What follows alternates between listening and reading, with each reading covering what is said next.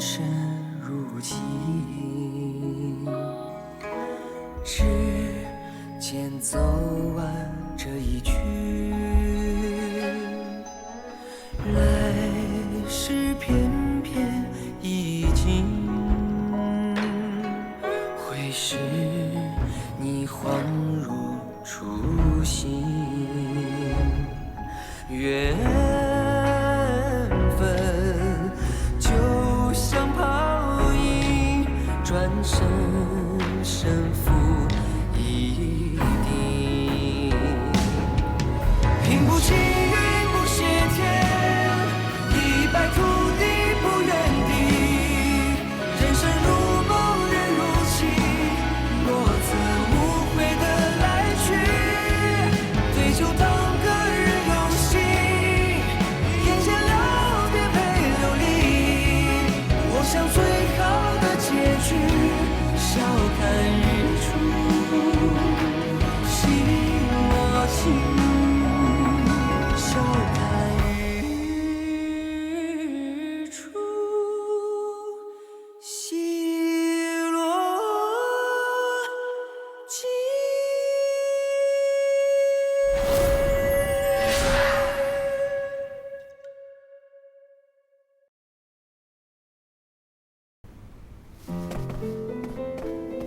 明日你找了针线来，缝到帐子里去吧。放在那儿，平日里哪能看得着啊？二阿哥赏赐的多风光啊！依奴才看，堂堂正正放在厅里最好。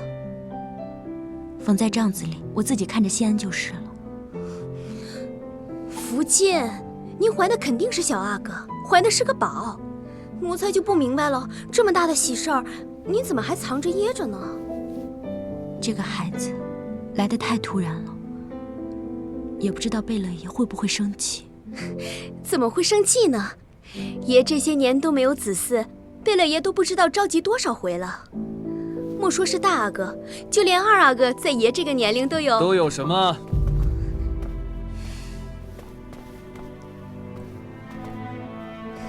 恭喜主子。爷，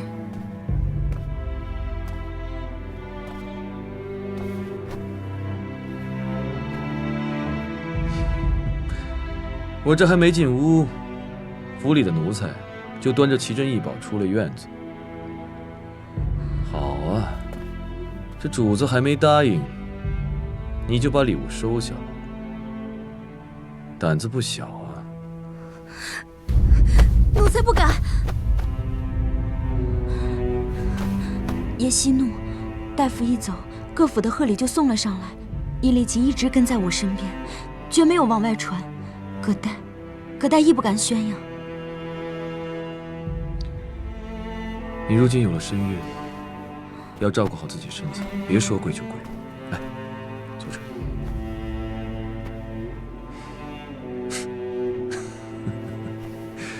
这福晋有了身孕，自然是好事，理应得到赏赐。可你们奴才一惊一乍的，要传出去多不好啊！奴才不敢。都退下吧。是。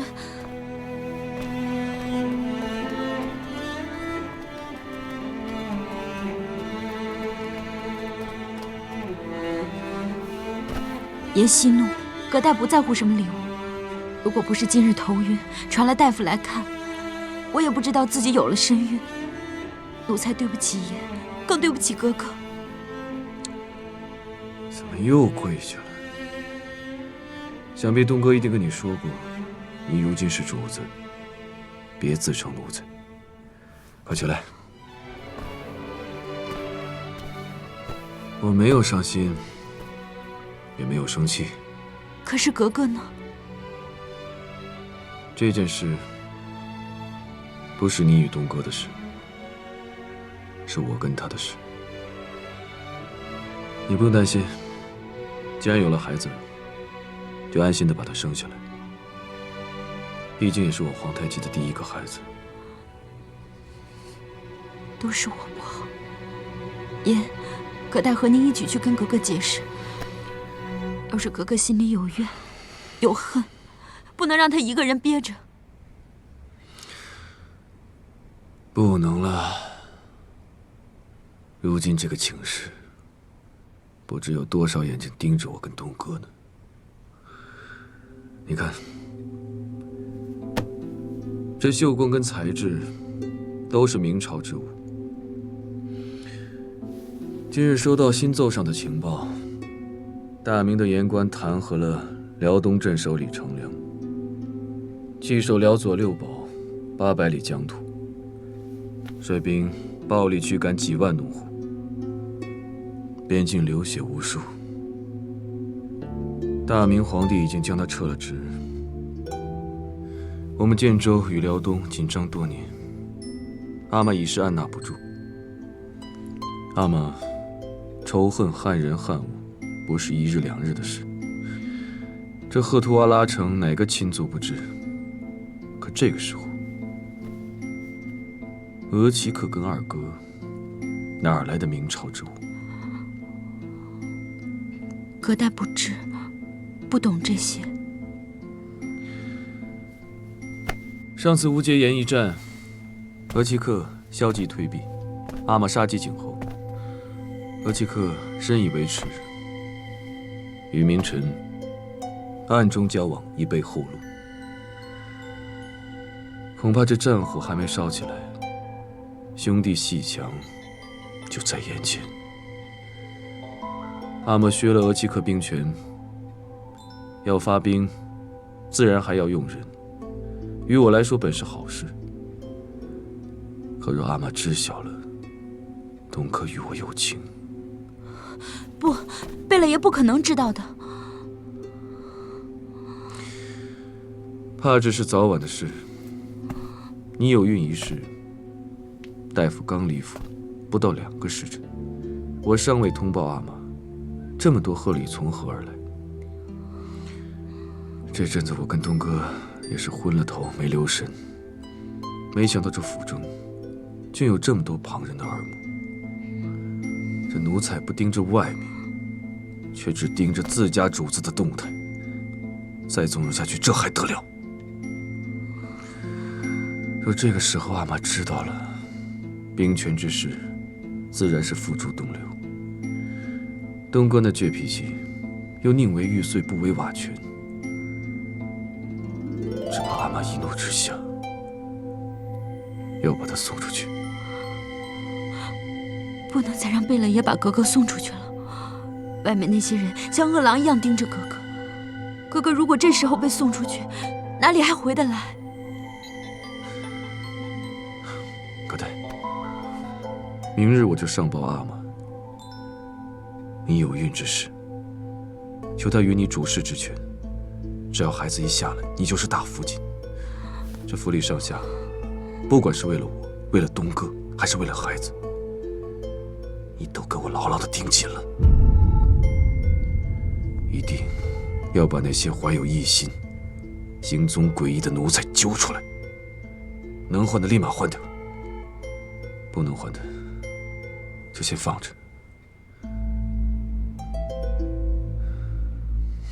只是有孕，按理不应该伤身。你又向来那么……我可以的。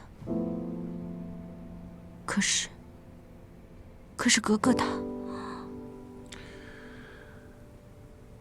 东哥那边，让我再想想。我今晚还是在书房睡，你早点休息吧。嗯。这些明朝之物，你悄悄处理了，不要声张。是。爷慢走。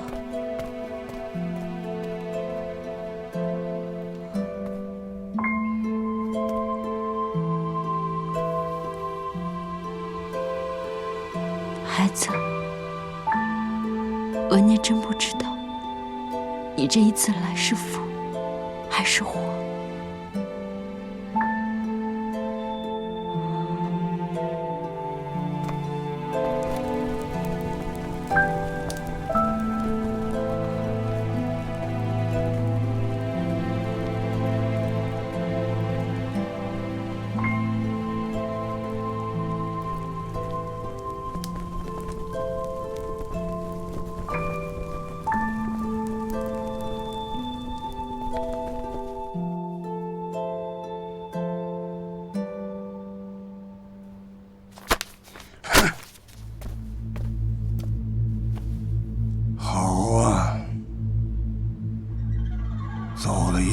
成梁又来了个熊廷弼。李成梁那是要往我们脸上呼巴掌，可熊廷弼竟是要直直地掐住我建州的咽喉。修保屯粮，安置民心，暗地里督建兵器，以守为攻，没透一句口风，直接断了辽东边境与我建州的马市交易。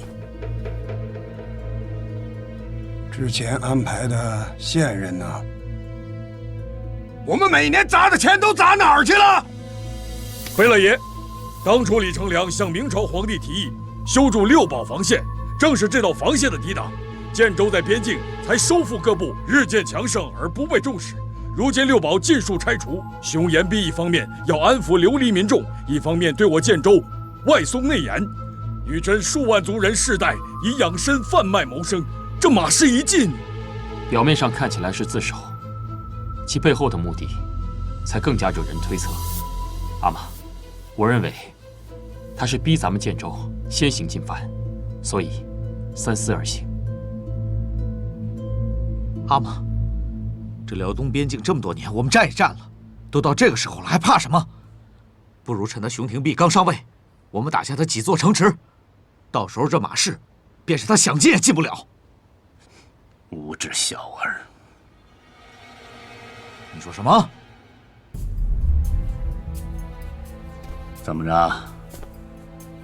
这小娃娃长大了，额齐克说不动了？你，哼！大哥，据探子密报，熊廷弼请旨，领兵18万人，驻守在云阳、清河、抚顺、三岔以及镇江等边境阵地。小的战役，他们可以各自为战；而大的战役，他们就会首尾呼应，来回打援。另外，他们挑选的精兵悍将，组织游击，伺机出动，目的就在于骚扰我建州民众的耕地和放牧。要让他们一直这么干，那我们可真有点焦头烂额呀！大哥，臣弟以为，这个时候，我们应该拿着人参上京纳贡，给他熊廷弼一点甜头，先把他稳住了，这样也可以解我们的燃眉之急。当下，这才是正事。打？哼！敢问大阿哥，怎么打？禀阿玛，其细细思量，思绪缜密，此时确实暂时不宜出兵，不如商议之后再做决定。额齐克当然觉得不宜出兵。额齐克什么时候觉得能出兵了，才让侄子啧啧称奇呢？不出兵最好，免得到时候避而不战，贻误战机，让侄子们白白去送死。楚英，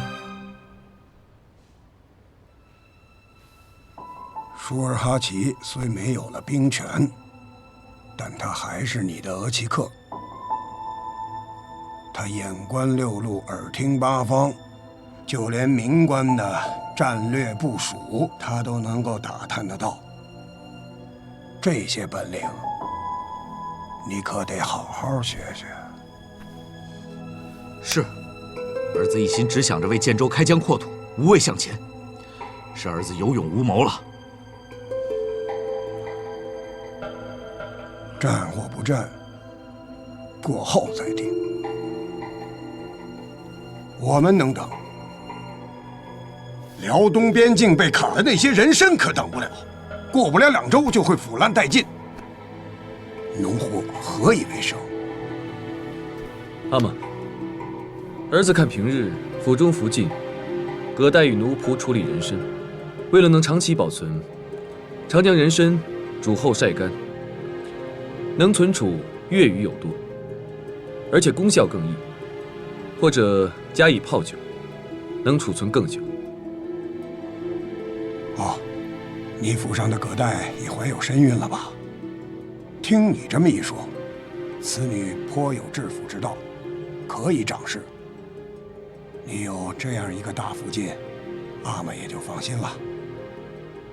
好，那就号召农户们赶紧腌制人参，剩余的转向蒙古销售。亏损比较大的农户，多给他们一些补贴。至于这场仗，究竟打还是不打，也不是一时就能够决定的。维多，在。你先去细细打探，之后我们再议。是。好了，既然是这样，那还议什么事？我舒尔哈齐府上的人参最多，大伙儿跟我一同回府晒山泡酒去吧。舒尔哈齐，告辞。三贝勒，也说散了吗？哎呀，我这个病啊，真是病昏了头啊！你们说什么，我根本就听不明白。怎么着，我这回家吃参养病，也是按大哥的指示办，错了吗？罗杰克，万万不可呀！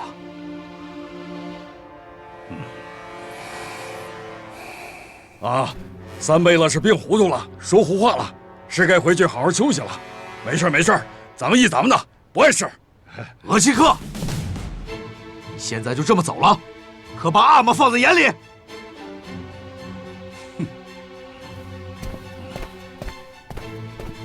舒尔哈齐，你敢！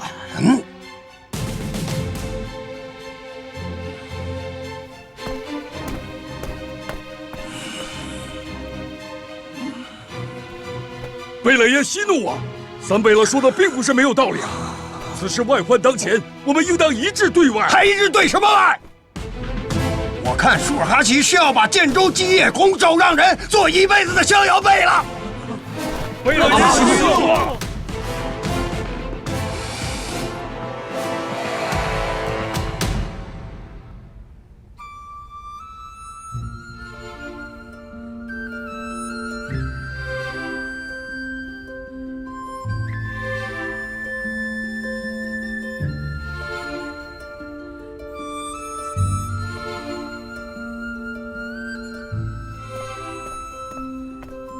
哥哥，这是小厨房新做的点心，可香了。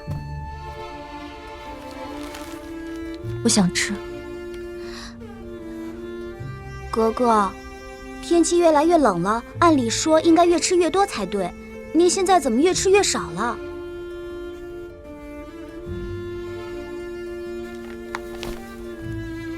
唐朝孟郊说：“饮食弥精粗，衣长诗宽窄。”格格爱念诗，奴才听不懂。哥哥您笑了。这几天您门也不出，话也不说，吓得奴才都……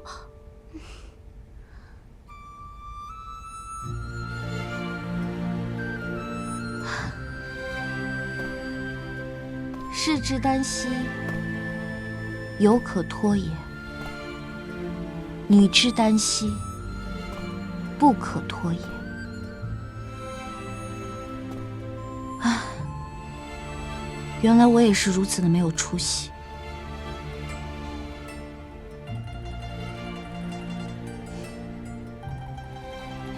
今天贝勒爷找众人议事来着。是，辽东那边换了个官，听说建州农民的日子不好过。奴才取点心的时候，刚好碰见各位爷议事刚散，好像贝勒爷生了很大的气呢。那大哥没事，是三贝勒爷出言顶撞。多嘴，谁要问他了？对外人称我病了，谁也不见。天气太冷了，等暖和了再出去吧。是。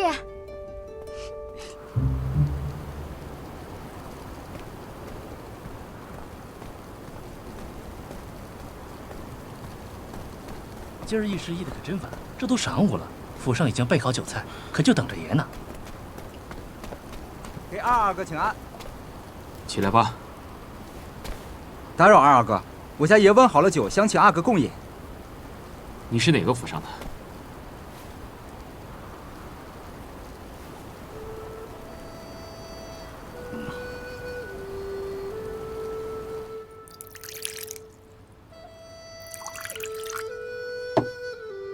儿侄敬你。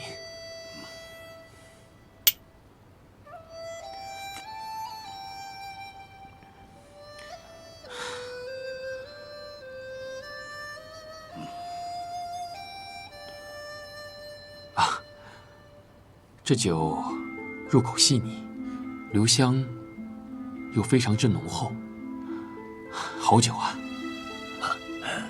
来，岱山，你再尝尝这个糕点如何？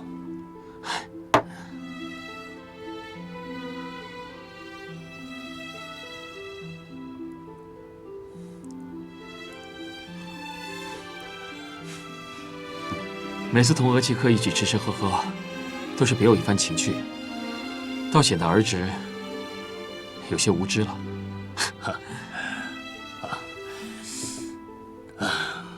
倒不是你额齐客有情趣，只是这大明地大物博，吃喝自然文雅精致。岱山，额齐客这些年待你如何呀？这些年，多亏了额齐客的照料，儿侄才有今日的出息。您也知道，我与您那3个儿子，纵马饮酒，交际颇深，可谓无话不谈。唉，看到你们平日玩耍，不禁让我想起了我们兄弟5人年幼的时候。我阿玛战死的早，留下我们兄弟5人坎坷求生，一架起兵。我二哥因为战事，一身的伤病，只能养着。四弟他无后，病死的早。这老五中庸，只有我和你阿玛相互扶持至今。回不去了。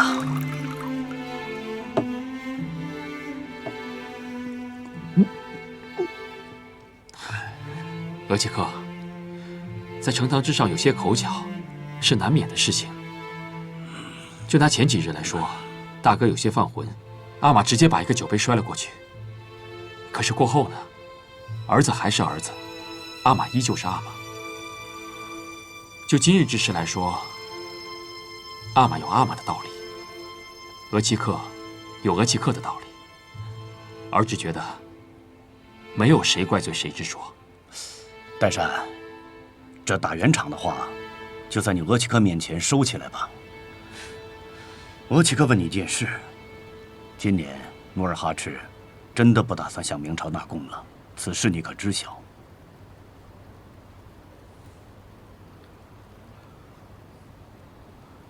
是吗？儿侄一直觉得是狗奴才乱传的呢。我舒尔哈齐血战沙场数10年，他努尔哈赤身上有多少伤，我只会比他更多。你额齐克，我绝非贪生怕死之辈，只是这些年来晋州收复各部，兵力和粮草严重匮乏。如果此时贸然出兵，那我兄弟2人苦苦打下的这番江山，还有我爱新觉罗的血海深仇，岂不都辜负了？额齐克，阿玛的性格你也知道，不是谁想劝就能劝得动的。额齐克的一番苦心，儿侄倒是觉得是。他努尔哈赤是劝不动，但是我不能看着他一步走错，步步皆输啊！我已经盘点好了私财，纳贡一事，他努尔哈赤拉不下老脸来，我舒尔哈齐便替他去一趟。岱山，我问你一句话，你要坦坦荡荡地告诉额齐克，敢不敢与我同去？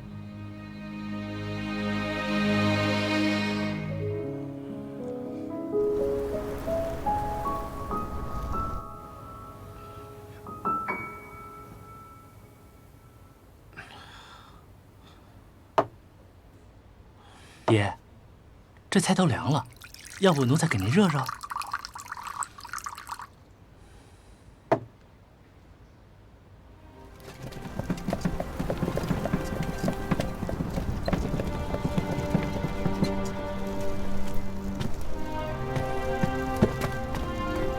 岱山，收拾好行李，即刻就来。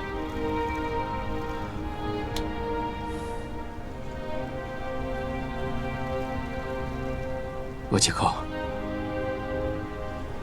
晚些时候再见。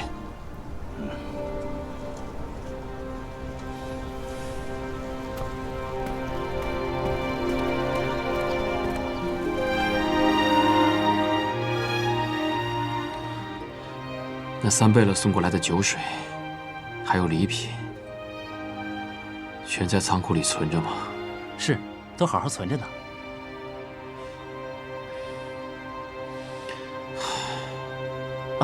倒是有一幅灵童弄礼图，上次8阿哥的葛代福晋有喜，大福晋便替爷做主，当做贺礼送了。糊涂！什么时候送去的？哦，这已经是2个月以前的事了，大福晋亲手选的。老八也就罢了，其他府上的有送什么吗？除了那幅灵童弄礼图，便再没有了。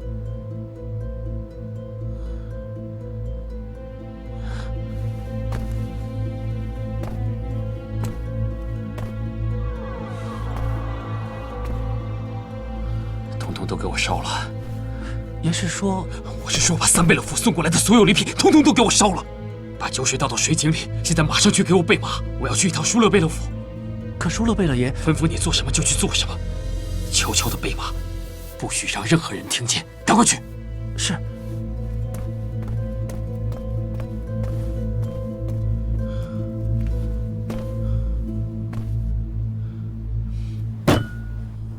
二阿哥，贝勒爷真的已经就寝了，奴才不敢放您进去啊！别挡我的路，是王府进的正事。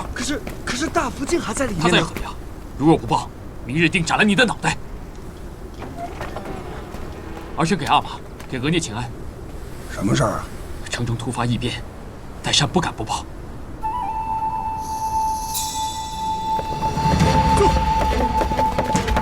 住！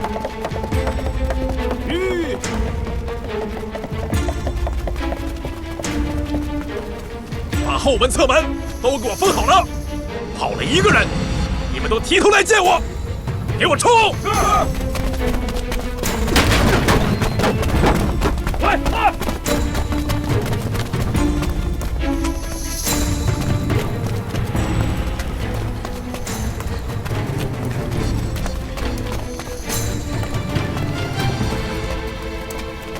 三贝勒呢？舒勒贝勒尚未下令，谁敢对福晋和阿哥动刀？爷已经走了，你们要带人，我们随你们去。好，全部带走！走！走！好！荒唐！140人，舒尔哈齐堂而皇之的带着140人出了赫图阿拉城。若不是代善赶来向我禀报，你们何时才能知晓？都城兵将都是养来做什么的？爷恕罪，我问了守城士兵，三贝勒是拿您赐的令牌出的城，说是出城狩猎，普通士兵不敢拦他。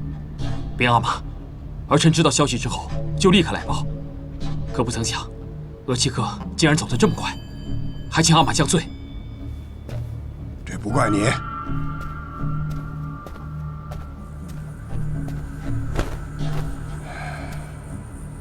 一起打天下的兄弟，竟拿着我赐的令牌，大大方方地开了我的城门，弃我而去。好，他既然敢走，便不再是你们的额齐克，也不再是建州的3倍了。呼尔汗传令，呼尔汗在，抄没舒尔哈齐所有家产，其7眷子嗣立即斩杀。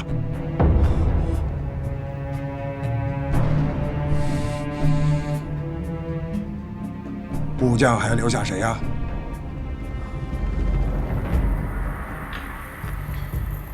部将乌尔坤，尚在。乌尔坤，好啊，他要效忠舒尔哈齐，我便成全于他，让赫图阿拉的人见见他的忠心，把他给我吊在舒尔哈齐府门口的树上活活烧死。请阿玛息怒，兄廷弼行官上任，铁石心肠，只怕他知道阿玛如此惩罚的话，会笑话我们建州内讧，到时候引兵来犯。现在额齐克已经前往辽东，准备上贡，还不如我们先看看熊廷弼的反应，再做决定，也不迟啊。舒尔哈齐只是一时猪油蒙了心，还请贝勒爷顾念兄弟之情，念在他为建州立下的汗马功劳，手下留情。他这样轰轰烈烈的走，不只是背弃我努尔哈赤，背弃了建州，更是当着世人的面嘲笑我，羞辱我。我若宽恕他，岂不是让天下人以为这赫图阿拉城谁都可以来去自如吗？阿玛，额齐克虽然走了，但是7眷和子嗣还有部将，一个都没有带走，可见他还是心系建州，并无冒犯之意。乃善，我知道舒尔哈齐待你不薄，你额聂走了以后，也是他一直在照顾你。可你不要忘了，你是谁的儿子？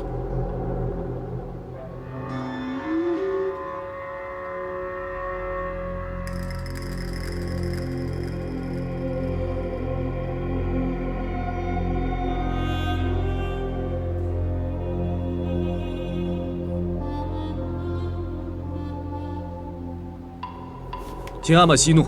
皇太极，你也想忤逆犯上吗？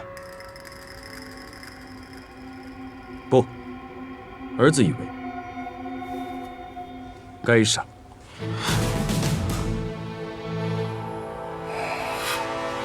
接下马氏刚进，舒尔哈齐不顾阿玛指示，私自上贡，那是逼着阿玛在盐城。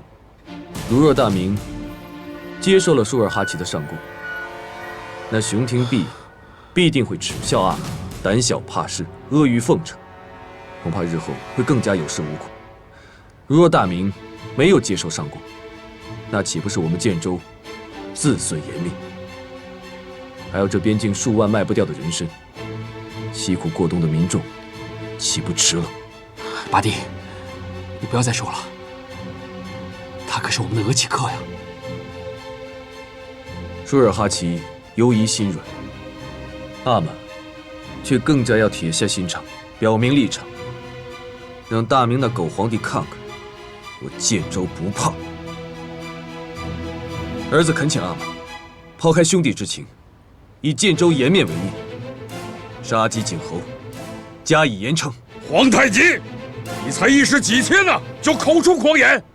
舒尔哈齐可是你的额齐克，是同你阿玛一起收复建州、统一各部的功臣。阿布哈教训的是，舒尔哈齐的确是我的额齐克，是我的长辈。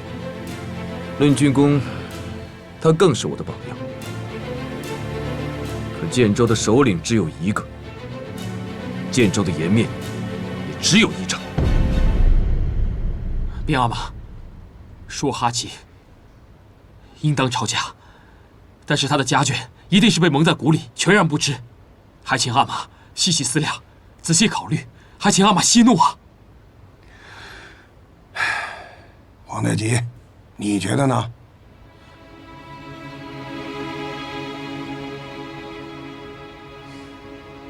回阿玛，既要论起功过，阿尔通阿、扎萨克图奢靡无度，杀了也罢。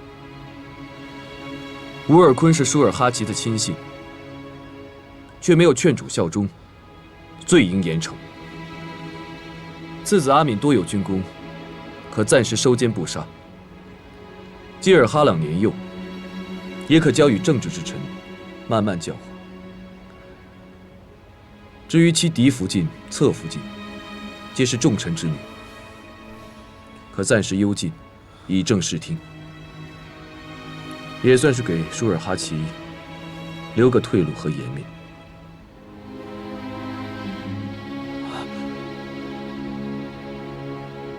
胡尔汗，听清楚了吗？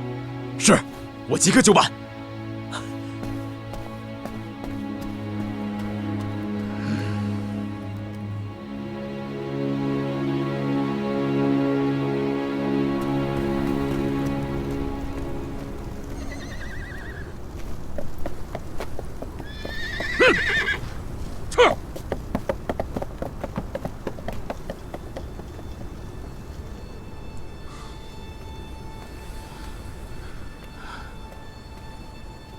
八弟，二哥，谢谢你，谢谢你在阿玛面前保全阿敏，还有额齐克的家眷。只是额齐克这一走，真不知道如何收场。怕是过不了多久，还是要回来。到时候阿玛如何处置，你我就真的一点也劝不动了。说句大逆不道的话吧。我若是他的话，便不会回来。辽东的官吏怎么敢留他？怕是恨不得绑了他扔回建州，正好坐山观虎斗，不是吗？额亦都在阿玛一家起兵的时候，就陪在他的左右。额齐克跟阿玛也都是过命的关系，对于他们而言，宛如剜心割肉一般。只是你在阿玛面前进言，那额亦都又是你的岳父，恐怕他很难理解你的用心良苦。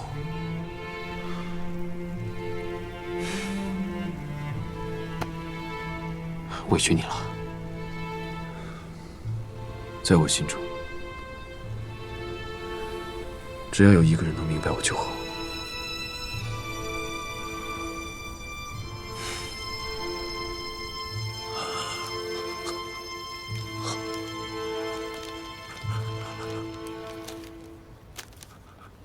是阿玛，对不起你们。爷，怎么样？奴才，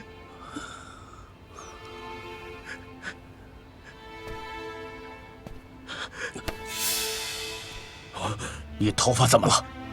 那个姓熊的，先是告病，拒而不见。奴才谨记贝勒爷的嘱托，日夜敲门。那个熊府的士兵，却把奴才的头发给剪了，嘲笑奴才是大土狗，把奴才打了一顿，扔出了城外。奴才对不起贝勒爷。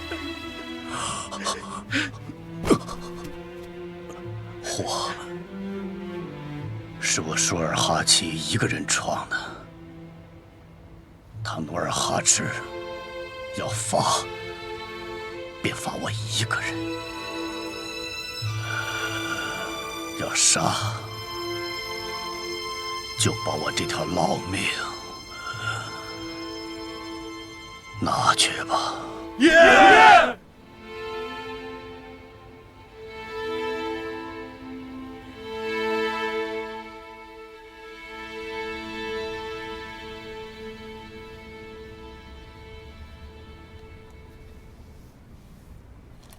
只是打入了地牢。是。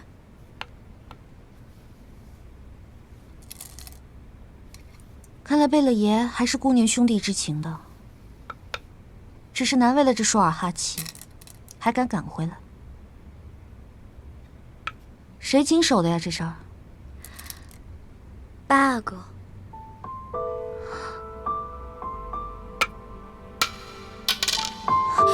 奴才该死。下了也下不好，不下了。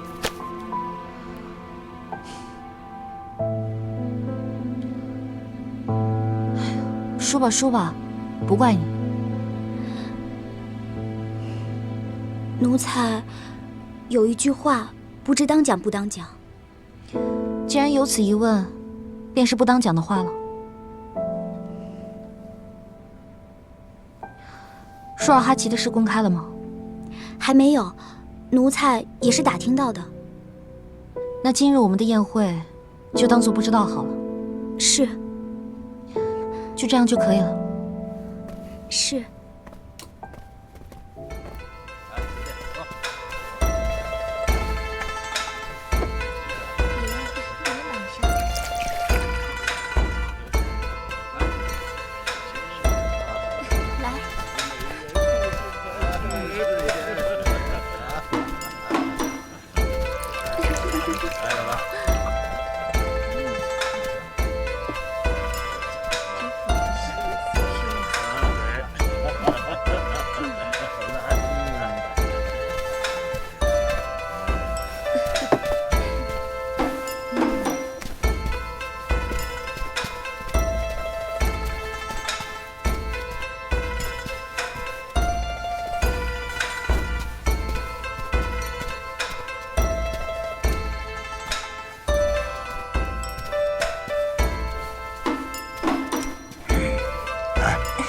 谢谢。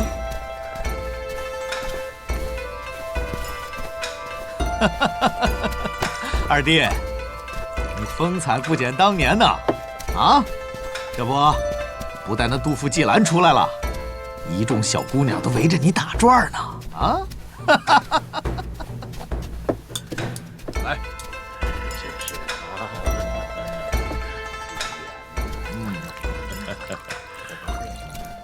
你瞎了吧？别拦着我！你不能进去，哥哥。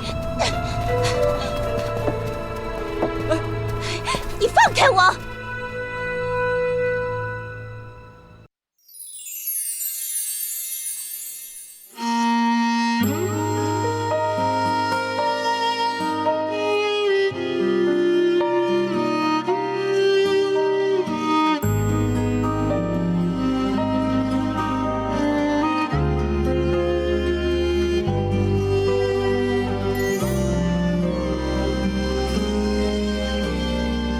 走不到叫做远方，爱不到叫做遗憾，别执迷，别纠缠。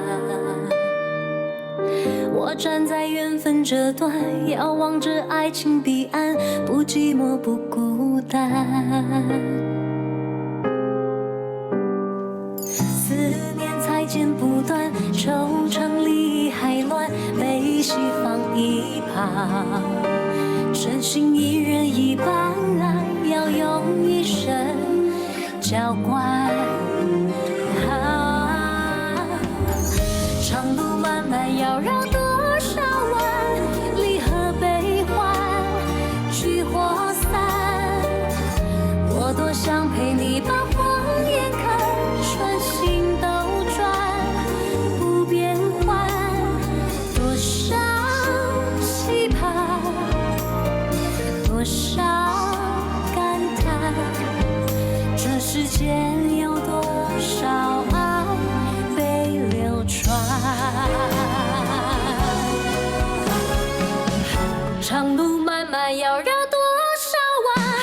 离合悲欢，聚或散。我多想陪你把谎言看，穿心兜转，不变换。多少期盼，多少感叹，这世间有多少爱被流传。最精彩的爱叫做